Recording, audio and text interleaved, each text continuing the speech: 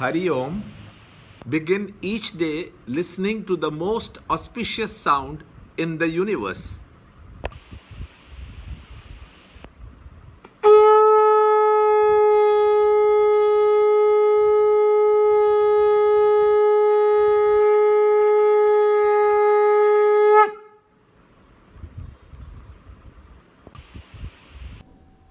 Yoga of Self-Control, Meditation, Chapter 6, Shloka 24 and 25.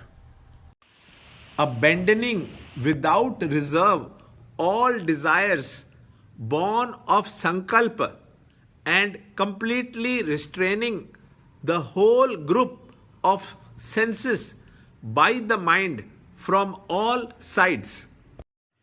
Chapter 6, Shloka 24.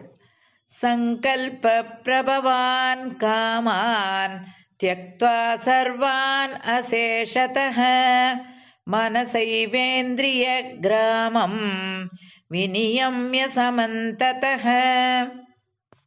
Little by little, let him attain quietude by his intellect held firm, having made the mind established in the self.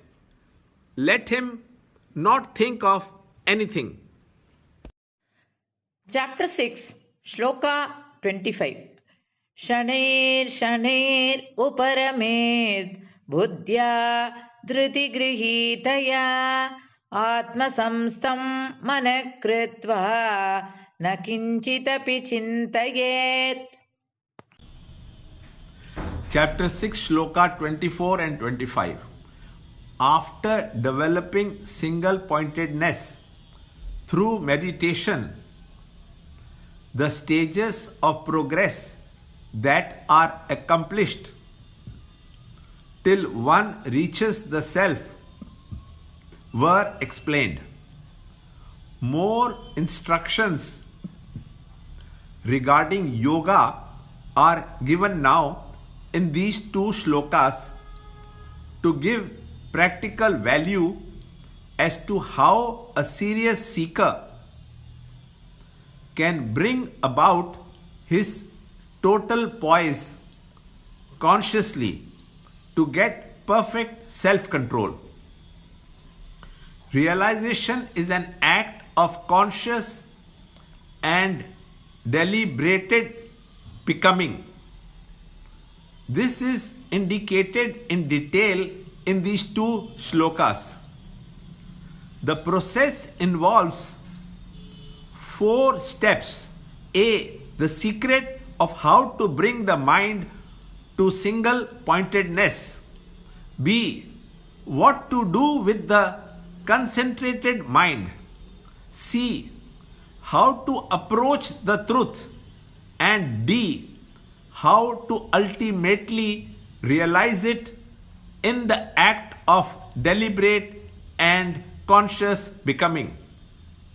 All desires have to be totally renounced, and each desire must be totally eradicated by the mind, and the sense organs have to be controlled from contacting the sense objects, so that there is no trace of doubt left in the mind of the seeker as to the state of equipoise during moments of higher meditation.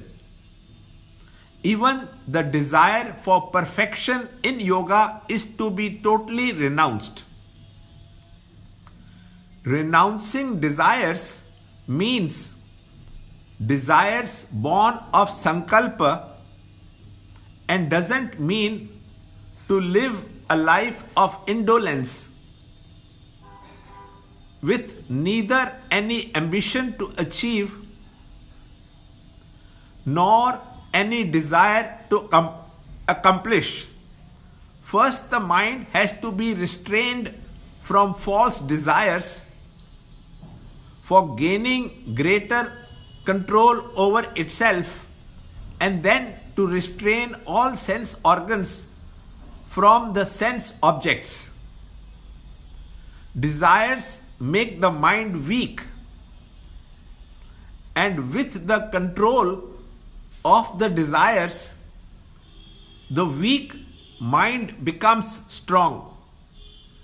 Once the mind becomes strong, then it discovers the capacity to control the senses. This process has to be undertaken slowly so that a certain amount of mental quietude is gained.